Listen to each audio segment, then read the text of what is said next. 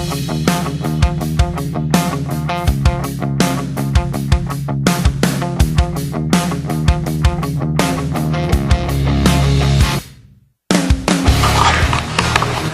just gonna introduce myself first. And my name's Ferguson, and I'm an 8th grader. I might look a little tall and older, but that's not the point. I love basketball, and I'm a huge basketball fan and basketball player, huge NBA. And I have 2 brothers, and obviously 2 parents. And then I go to Waco, and something very interesting or extreme about me or whatever, and I just thought I'd share this, is that I have something called excavator.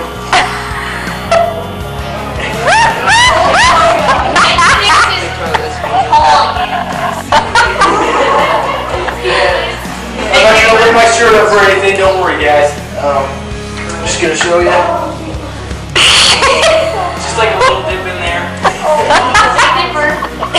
And I'm actually pretty proud of it. Everyone kind of makes fun of it, and I'm pretty proud of it because it's been passed down to my generation. I'm sharing my testimony tonight because it just helps you to get all this stuff out, and it helps you to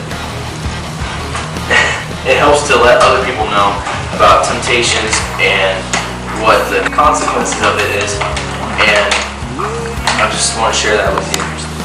And then how I got involved in Jesus or God, and how I accepted God is that when I was about 7 years old, I started going to church with my parents every Sunday morning, and I started to talk about God, and I started to believe in Him more and more every day. And then when I was about 10 or 11, I just dropped Him out of my life, totally and completely.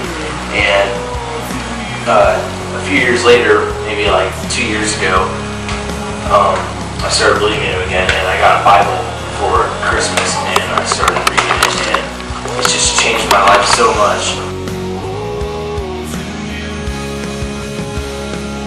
And I think of maybe 4 weeks ago, I went to a church up in Mount Pleasant, kind of extreme, but I got rededicated, and that means that you're rededicated to God, and you have more beliefs in Him. But I'm probably taking too much time up, so I'm just gonna start doing my confessions or my temptations and telling you guys more about temptations and stuff like that. So, probably the worst temptation that you can ever have, other than drinking and smoking, is guys, especially pornography, alright? And pornography is the worst entire thing because it gets stuck in your mind so stinking much that you just can't get it out of your head when you're like with your girlfriend, when you're dancing with your girlfriend, when you're at a friend's house watching a movie, or when you're wherever doing whatever. You always think about it, and even when you're in class or whatever, it just always pops in your head randomly, even if you're not talking about a subject of it or anything like that, and it's just the worst thing that anyone could ever have. And some more temptations is that smoking, obviously, and drinking, and you guys have to learn how to say no to that. And I learned the hard way that you have to say no, because some kid comes up to me, I think my 7th grade year, early year, and he comes up to me.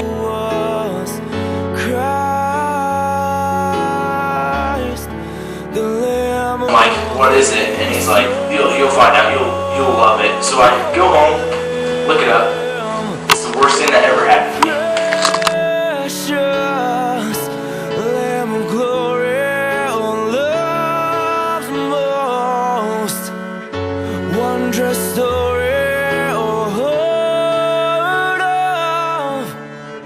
Best thing that's ever happened to you, because since I've been off of it for a month and a half or so, it's just been out of my head. And like, we had a junior high dance last night, and I wasn't even thinking about any of this stuff. I wasn't doing any of this stuff. And whenever kids come up to me now, like that kid that told me that in 7th grade, I just say, I don't want to talk about it. Just leave me alone if that's all you're going to talk about.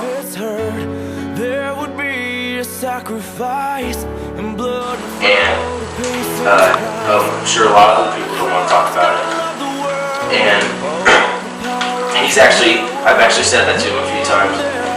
And what you can do to get this out of your mind is hang out with better friends and don't hang out with those stupid kids that think they're wanksters and walk around videos like this, walk around like that. All that other stuff.